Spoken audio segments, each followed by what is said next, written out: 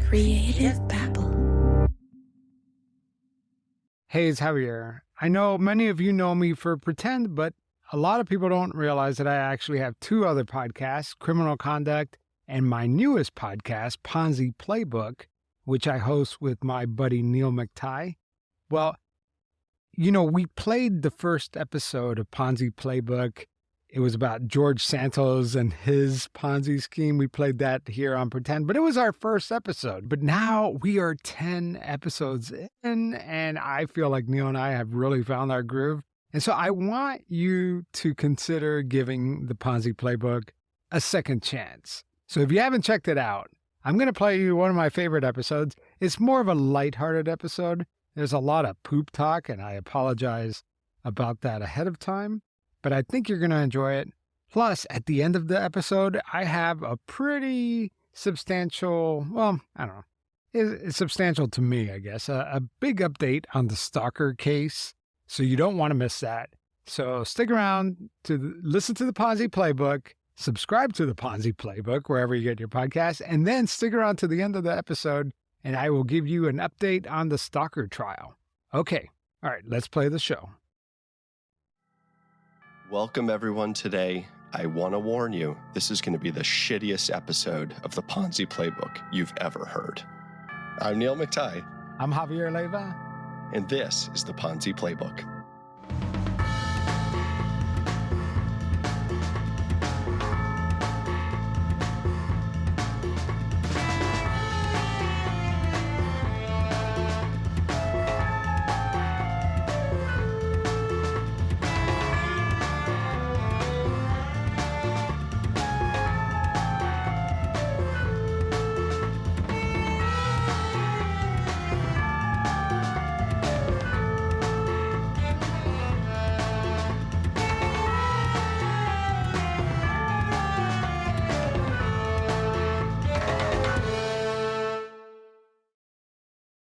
So, Neil, we have a real environmental problem out there. Take a guess. How many cows do you think live in the United States?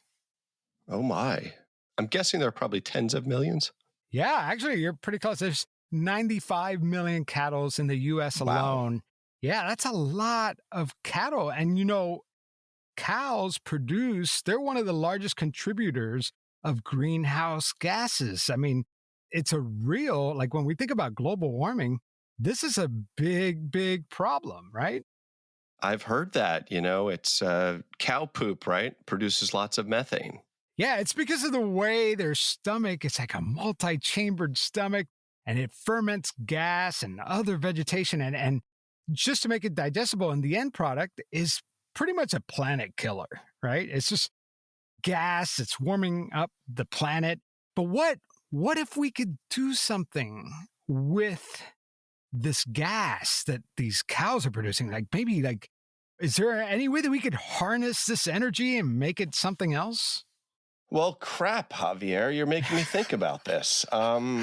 Maybe we could use their crap for fertilizer or something like that. Would that be a starting point? Neil, think bigger, man. Come on, think bigger. Like an entrepreneur. Oh, goodness. This is a lot of cow poop. Think like a Ponzi schemer. Yeah. Let me think. Maybe we could, as the cows are releasing gas, we could just, sort of capture the gas right out the back and store it somewhere. Just have like this bagging system where they just back up and then we would just collect it, close it up, and throw it into like a tank or something. Would that work? Look, everybody says go green, right? When it comes to, the environment.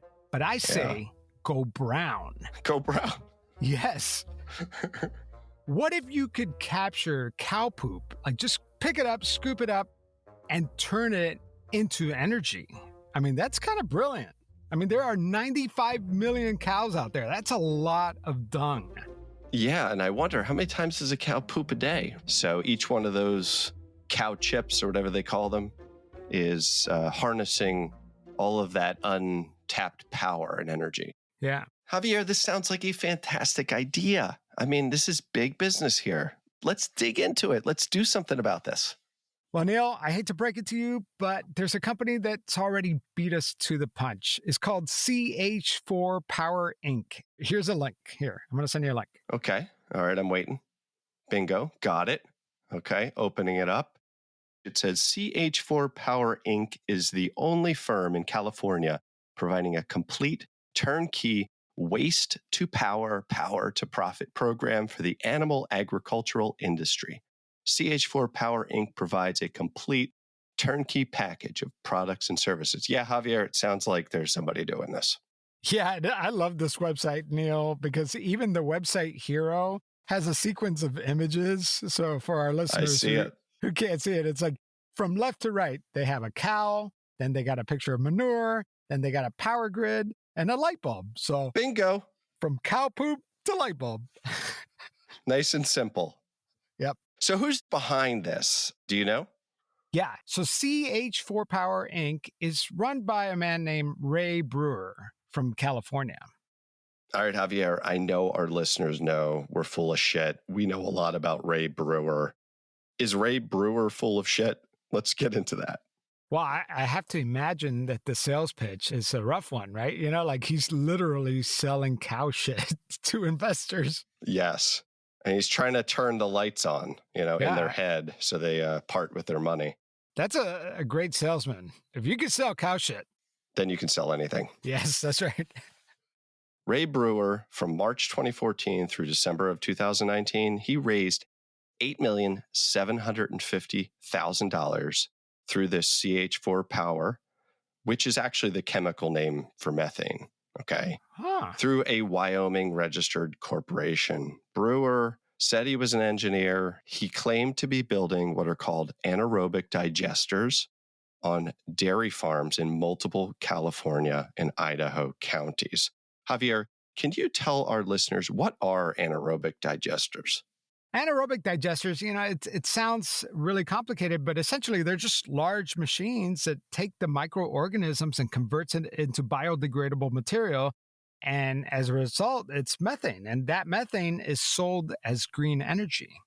And whatever's not used is they're converting it into liquid fertilizer or to solid compost, creating different revenue streams. And the methane produced generates what's called renewable energy credits, which is an REC that represent greenhouse gas emission reductions.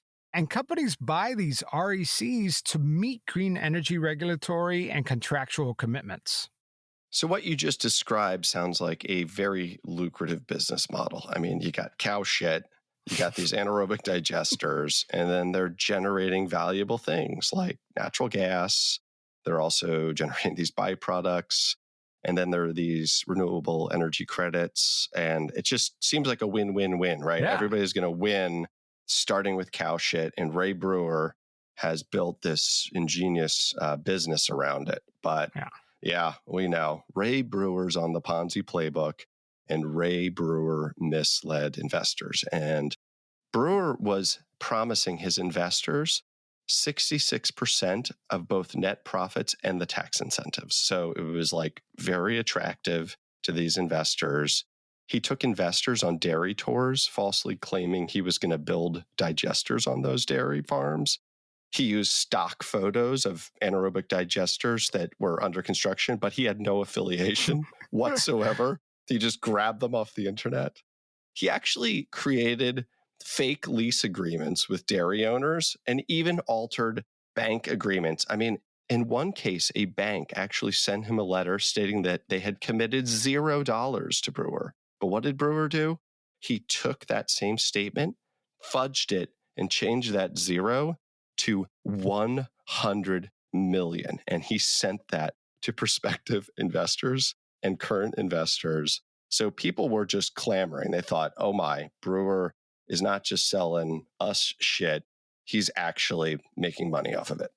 And Brewer created this elaborate shit show where he would take investors' monies and just distribute it and transfer it to multiple accounts under different names, including family members. And get this, a stolen identity too. So now he just has to hide the money, spread it around, make it look like it's coming from different places. I mean, he's sending people fake construction schedules, invoices, generating reports, RECs, and even sending pictures to investors. And he's also refunding some of the other investors while the new investor money is coming in. Are you bullshitting me, Javier? This guy's a Ponzi schemer. Let's put ourselves in the minds of the investors, right? They're receiving from Ray Brewer these fake documents that probably look spectacular, right? He probably has everything buttoned up so that his fraud scheme is going to work perfectly. So when we look at it from that lens, right, it is a very enticing investment opportunity. And we can imagine that with this incredible investment opportunity, Ray Brewer didn't have a lot of patience. And I'm sure he was saying to his investors, shit or get off the pot. But if you were a savvy investor, you would have gotten off the pot because the shit hit the fan. We'll tell you about that after the break.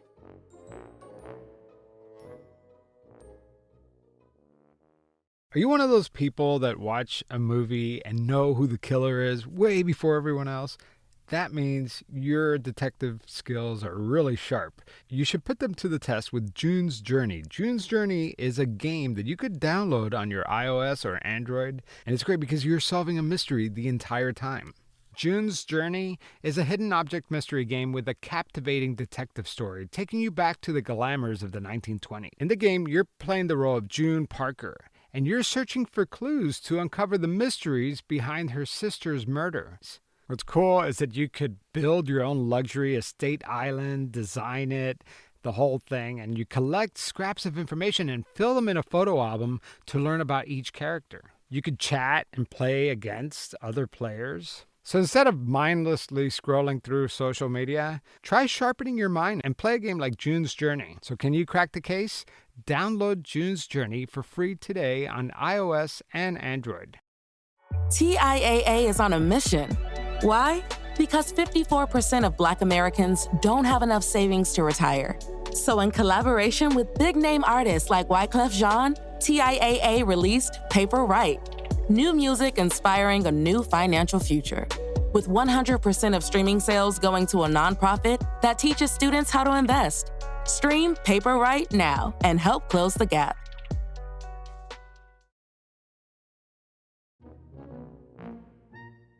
So Neil, what housing material repels mosquitoes, makes a stable foundation against natural disasters, and acts as an insulator, and it's a natural disinfectant?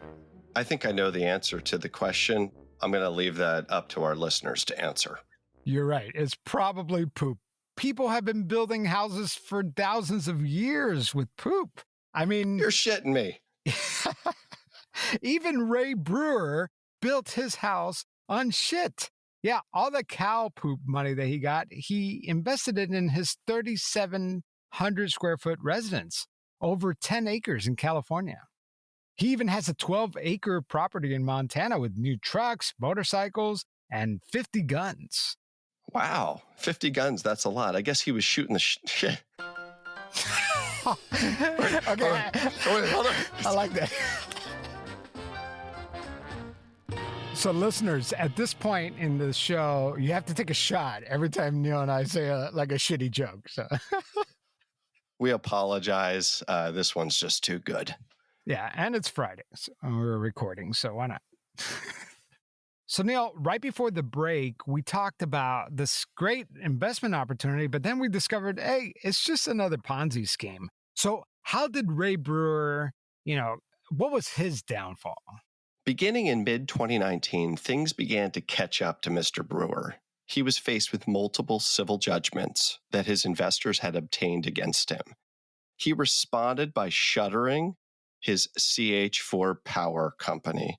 He put his remaining assets in his wife's name. He obtained a fraudulent business loan and moved to Montana under the identity of another individual, different social security number, who was also Ray Brewer. And he began new frauds right away. Specifically, he obtained a home equity loan on his residence in California that he had purchased with stolen investor funds, and he deposited the proceeds into a bank account that he opened for a company called Renewable Legacy. So he's got a new legacy. and for which only his wife was listed as an officer. So then he takes the proceeds to buy a 12-acre property in Montana and titled it in the name of Renewable Legacy. And around the same time, Ray Brewer purchased the Montana property, and he used the Nevada driver's license of the stolen identity to open a P.O. box in Montana. And for those listening, Neil and I are going to tweet out a picture of Ray Brewer's driver's license. So it's Ray Brewer's face, but with the stolen identities information. And we'll post this picture. And we know that he has been using this fake identity since at least 2003, when he used it in connection to a bankruptcy proceeding. So once Brewer moved to that ranch in Montana, he obtained a $118,000 Paycheck Protection Program loan, those loans that they were giving out during COVID. Exactly. So he got that from the Small Business Administration under the defunct CH4 Power Company name. And then he started a new company in Montana called Mesa Renewable Energy. So, he is just running with this. He then used his new company in August of 2020, which was just months before his arrest, to bilk one more person out of approximately $90,000. And I'm not kidding you. This is what he did. He falsely claimed to be a builder of custom storage sheds. And then he took $90,000 from this person, and he said he was going to purchase materials, et cetera, et cetera. Well, what did he do? He just took the $90,000 and spent it on himself. So that's Mr. Brewer for you. So after Ray Brewer stole that $90,000 for that custom shed, what did he do? Well, he got indicted by the DOJ. This is the end of October of 2020. And then the sheriff came knocking. And this is a great story because, as a host of Pretend, I love a good bullshit story. And when he gets arrested by the local sheriff's deputies in Montana in November 2020, he tells the deputies that he's a Navy veteran, which he also told some of his investors that he victimized. And he recalled how he once saved several soldiers during a fire by blocking the flames with his body so they could escape. Javier, those deputies probably thought to themselves, something doesn't smell right about this story. So what did the government actually discover about Brewer's past? Yeah, well, it turns out that the government checked his military records, and he never served in the Navy or any other branch in the military. Oh, and get this, Mr. Brewer also told the deputies that he was not even the person named in the indictment, although he later fessed up to it. It makes you think that maybe he was just trying to get the deputies to like him and maybe convince them to let him go or something. I don't know. Deputies weren't buying it. This guy is a consummate bullshitter. He actually, after the indictment, pled not guilty. He was detained. He tried to get bail. He was denied bail. This goes on for a long while, after the indictment. And by February of 2023, Ray Brewer knows he's not getting out of jail. He's toast. The case against him is clear cut. And then by February 27th of 2023, Ray Brewer changes his plea. He's now saying, I'm guilty of wire fraud, I'm guilty of money laundering, and I'm guilty of identity theft. By June of 2023, he's sentenced to 6 years and 9 months, plus $8,700,000 and change dollars of restitution, and he's sent to a federal prison in California, where he's now serving. Neil, the only problem that I have with this episode is that I think Ray Brewer may have been onto something, right? You can turn cow poop into green energy. But instead, because this turned into a Ponzi scheme, I think he kind of left a brown stain all over it, right? Like, the question is turning cow poop into green energy, is that a good idea? And it kind of reminds me of Elizabeth Holmes, the lady, the CEO who promised investors that just one drop of blood, you could run all these medical tests with one drop of blood. What a great idea. I think she was onto it, but she took it a little too far and it turned into a scam, just like Ray Brewer. But I can't help but wonder, is this still a good idea, turning cow poop into green energy? I think you make a great point there.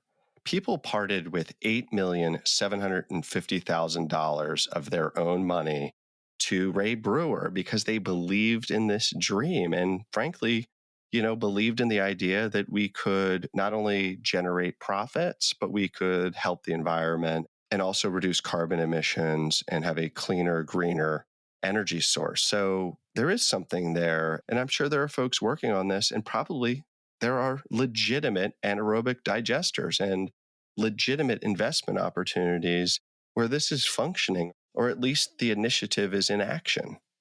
Well, I mean, one thing's for sure, you can turn cow manure into energy, and they've been doing this for over 2 decades. The problem is, and I read this great article that, farmers have been putting these anaerobic digesters, to help create energy, but it turns out that it might have been more of an investment than they were able to get a return on. And part of the problem, the article is saying that, there just hasn't been a lot of energy put into this form of new energy. Like that, wind has a lot of, solar has a lot of support, but there hasn't been a great effort to turn cow manure into energy. And therefore, farmers that invest in it are not really getting the return that was promised. I think, people are biased. The idea sounds like it stinks. But unlike the glamorous, harnessing of the sun's rays or the catching of the winds, shit may just be a solution to our energy future. I mean, if you want to, Neil, I don't know. In 20 years, we all might be using methane as energy derived from poop. But I don't know. Maybe that's not the real solve to begin with. Maybe the fact that there are so many cows and cattle out there causing pollution to begin with is maybe the biggest problem. Yeah, you're probably right. And there are a lot of advancements for lab-grown meat or alt meat. All right, Neil. So what are we talking about next time? Well, we teased it on an earlier episode about that foot washing up on the shore. Maybe some of our listeners heard that. Well, our friends down under in Australia, they've been asking for us to talk about the foot that washed up on the shore. And I'll just leave it at that. It's the foot of a Ponzi schemer, and it is an Australian Ponzi that has gripped that nation, and it's going to grip everyone here. Wow. That's a hell of a tease, Neil. I can't wait to listen to it. So with that, my parting words, whatever you do, don't start a Ponzi scheme.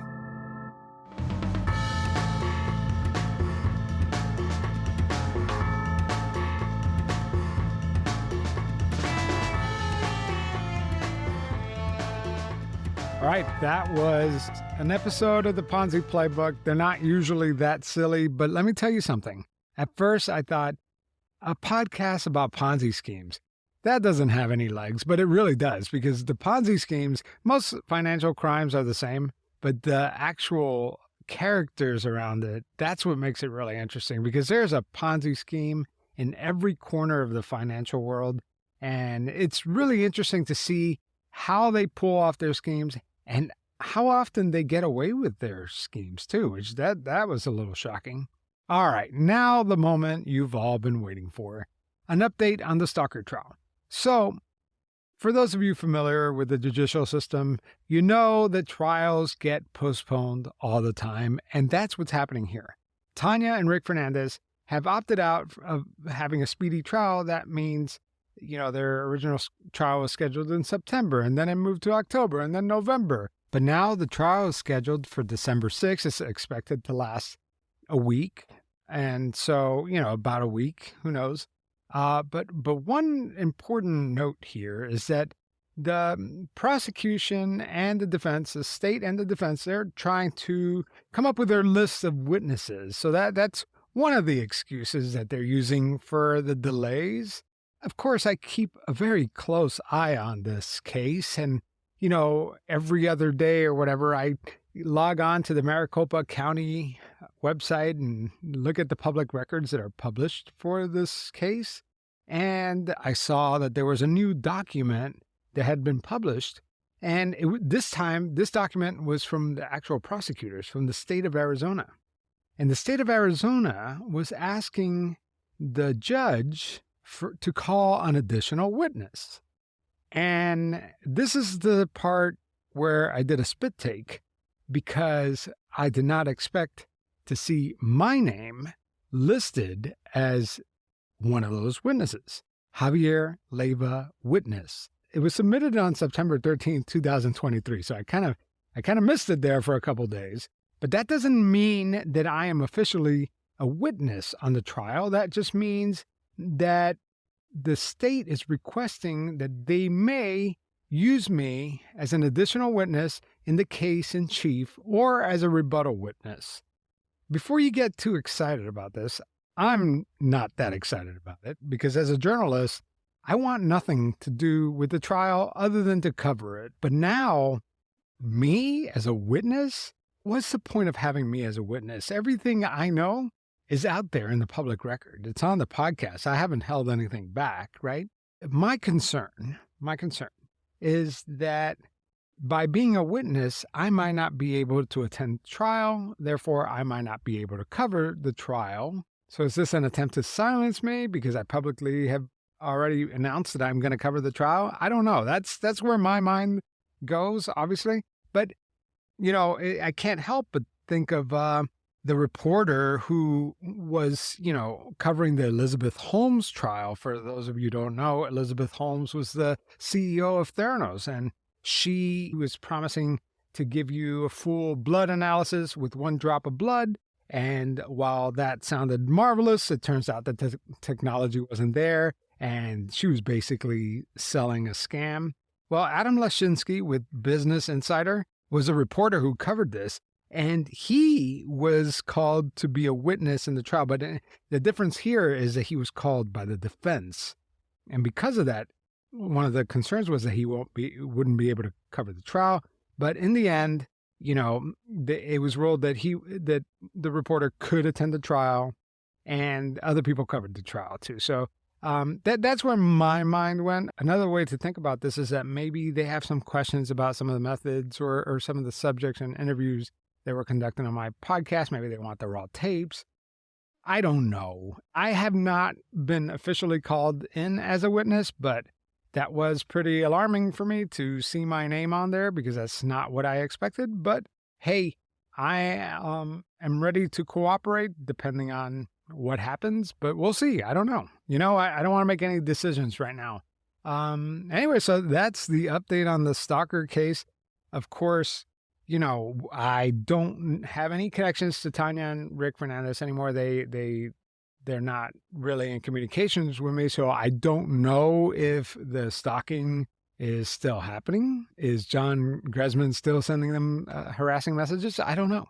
I don't think so, but I don't know. And so therefore, this case has gotten more interesting, but now you're feeling what I'm feeling, right? When I was covering this case for 2 years, there were long periods where nothing happened. And then all of a sudden, it was just like a flood of new developments. So for those of you who are interested in this case, stay subscribed to the show. Tell your friends about it because, if this were a marathon, I would say we're only halfway there. There's so much we don't know about this case. Stay subscribed. I will keep you updated. You know what? Don't be surprised if the trial date changes again because that's what trials do. And, but in the meantime, I'll be here and I will keep you posted. All right. Hey, remember, subscribe to Ponzi Playbook and the new season of Criminal Conduct. You could almost binge the entire thing. We're almost wrapping up the new season 4 of Criminal Conduct. It's awesome. So if you're looking for a podcast that you just want to plow through and binge, all the episodes are available right now on Patreon and Pretend Plus on Apple Podcasts. So check that out. Okay? All right. Take care. Creative Babble.